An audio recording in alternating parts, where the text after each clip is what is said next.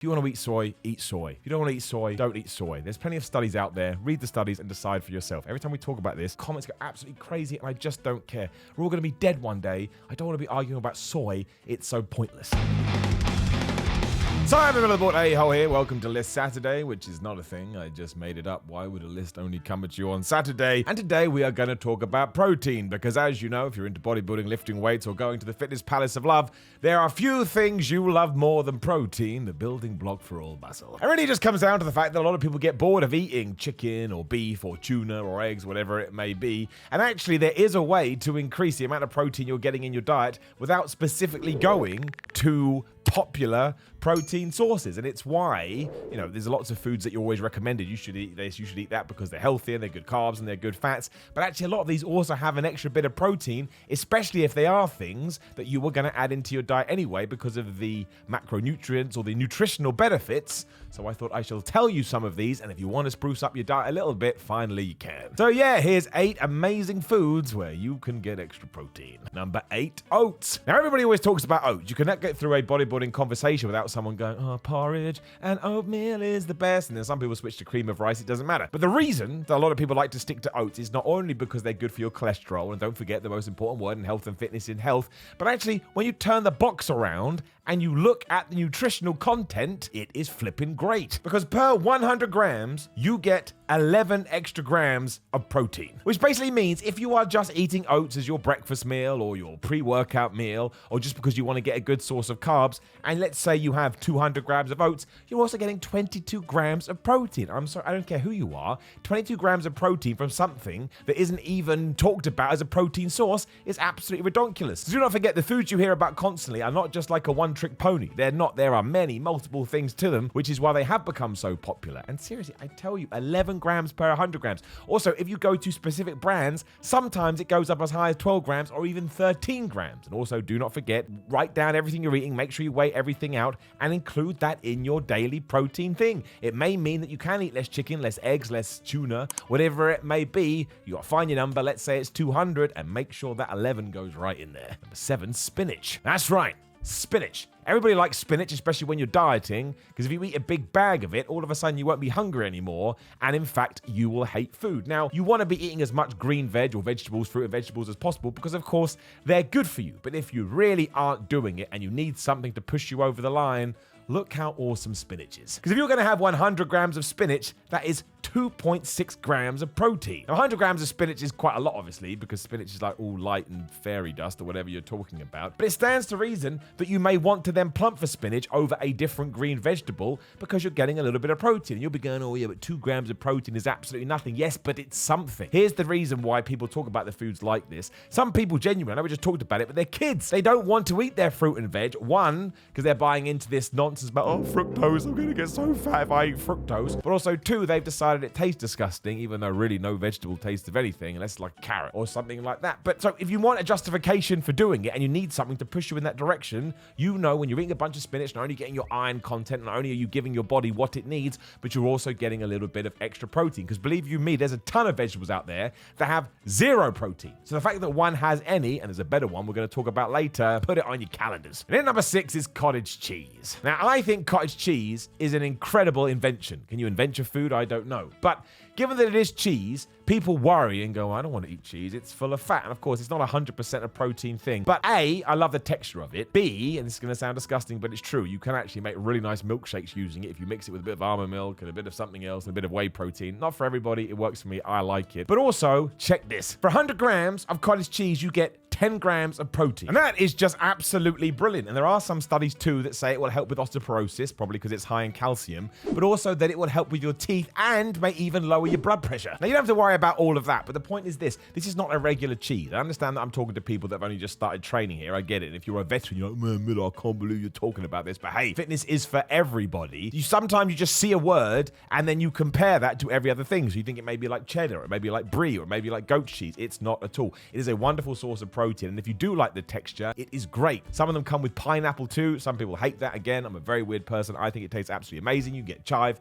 I think it is a really good snack. And also, it's packed with casein protein too, which means if you have it before you go to bed, it's going to slowly release in your system. So even when you're asleep, you will still be getting a burst of protein. And don't pretend you don't love that, because you absolutely do. And in number 5 is 0% Greek yogurt. Now, this one is far more popular, and it's basically included in every single diet that has ever been made. But per 100 grams, you basically get anywhere from 10, 11, 12 grams protein, and that's why it's so good, and that's why you're going to see it everywhere. You can basically eat yogurt, and it hasn't got any fat in it, hence the name, but it can also be used as a protein source. Now, what usually happens when people talk about Greek yogurt, they go, yeah, but I may be getting 10 grams of protein, but I'm also getting 7.6 grams of carbs and 7.6 grams sugars. But dude, 7.6 grams of carbs is nothing. I mean, this is a protein product. The biggest problem with 2022 is you have something that has, I'm a protein bar, or I'm a protein supplement, and you look back on it, the carbs are more than the protein, the fat is more than the protein, and the protein is the lowest thing in it. So it's like, well, how can you be a protein supplement when that's number 3? The 0% Greek yogurt, which doesn't even advertise itself as a protein product, the dominant thing in it is protein. Now, there will be other ones where this isn't the case, but you go for the Faye, or I think most of the own brands when you go to the grocery store will do this too. And if you could, look, it's so versatile too. You can use it in baking. You can put your whey protein in there. It's really, really nice with berries. Like, it will just take whatever the hell you give to it. And I tell you, if you can find a way in order to enjoy it, it will make your diet kind of feel like you're eating something that you shouldn't, because you can make it feel like a dessert because it has that dessert type texture, and you're just going to get loads more protein. Again, if you have 200 grams of Greek yogurt before you go to bed, that's an extra 20 grams of protein. And yogurt is so easy to eat because it's basically like liquid. Moving on to number 4, it is edamame beans. Now, we're just going to get this out the way. Yes, edamame beans are a source of soy protein. I don't want to get into it. If you want to eat soy, eat soy. If you don't want to eat soy, don't eat soy. There's plenty of studies out there. Read the studies and decide for yourself. Every time we talk about this, comments go absolutely crazy, and I just don't care. We're all going to be dead one day. I don't want to be arguing about soy. It's so pointless. The reason they are so good is that in 100 grams of edamame beans, you can get anywhere from 13.8 grams of protein up to 21 grams. That's right, I found one product that had 21 grams of protein per 100 grams. Now, it's a great thing to have when you go to somewhere like Wagamama. I don't know if Wagamama, the restaurant, has made it over to the United States, but if you are going to go out and you are going to have not already a cheap meal, but you've gone out with your work, or you've gone out with your partner or something like that, and you're looking for a way to kind of justify a little bit more, if you order a side of edamame beans, your protein is going to be through the roof, because again, they're absolutely loaded with protein. Now, I think, going back to what we said a second ago, they do upset some people's stomachs. Don't get mad. I've talked to people about this, and it is true, but I think they are one of the vegetables, I suppose. Yeah, they're a bean. They're one of the vegetables that goes under the radar constantly, because people do not associate, as we already discussed, vegetables with protein. But if you get an edamame salad and you smash it, have a look at the nutritional content on the back, and I think you're going to be pretty surprised. And this carries on with number 3. You ain't going to believe it. Peas. Because per 100 grams of peas, there is anywhere from 5.3 grams of protein to 8 grams of protein, depending on the brand. So, other than the edamame bean, but that kind of serves as like some kind of exotic vegetable, basically when you're a kid, right? Eat your carrots, eat your spinach, eat your peas. Little did we know that when we were smashing those peas back, we were also getting a small protein boost. So once again, if you're looking for a vegetable you want to eat and you want to make sure that everything is protein-based craziness because you love it so much, the pea is flipping fantastic. Now, actually, this shouldn't come as a big surprise anymore, because what are the sort of popular brands of protein right now? You obviously have whey protein, there's micellar casa protein, there's vegan protein, there's rice protein, and there's pea protein. And they didn't just go, oh, we'll use the pea because it's fun. They did it because they looked at its nutritional breakdown and went, wow, these are quite a protein-heavy vegetable. And now they are creating protein supplements using the damn pea. Now, I want to make it clear here. If you don't like peas, don't go and suffer your way through a plate of peas. But if you know you have to have vegetable on your plate, go and pick the pea. Which is kind of the same for number 2, which is kidney beans. Now, I really like kidney beans, and I get this other stuff in here too. But per 100 grams, you get around 8.6 grams to 10 grams of protein. It's just good. Again, I wouldn't have them every single day, but you can incorporate them a few times a week. I think they taste good. I think they jazz up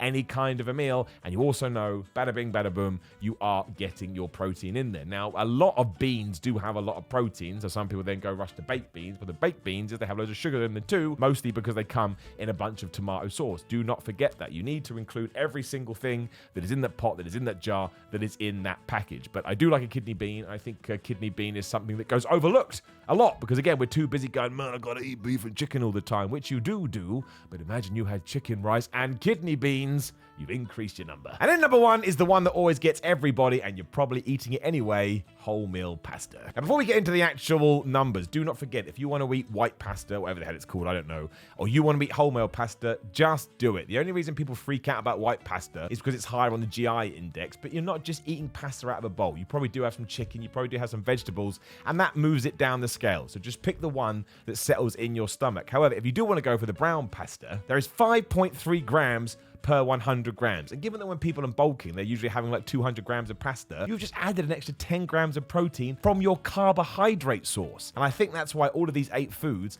are absolutely fantastic, because you're not getting them from the usual places, although, you know, you're still putting your protein up. Now, if all of a sudden you do work out and go, oh my gosh, my protein is twice as much as I thought it was, I still think you should bring that down. Again, food is so expensive nowadays. I would try and cut down on your chicken and try and cut down on beef, especially. Good grief. Beef is crazy at the moment. And I think that's why it's important to know about this as well, because trying to train on a budget is so hard. Food is so damn expensive. So if you are eating any of these things anyway, remember, put it down on that form, put it down on that piece of paper. It all counts. It is all just protein. There is no magic maths here. There's no magic science. It's nice and simple. And again, if you don't like them, don't eat them. You can still get jacked and massive and ripped and lose weight and put on fat if you want to do that, obviously.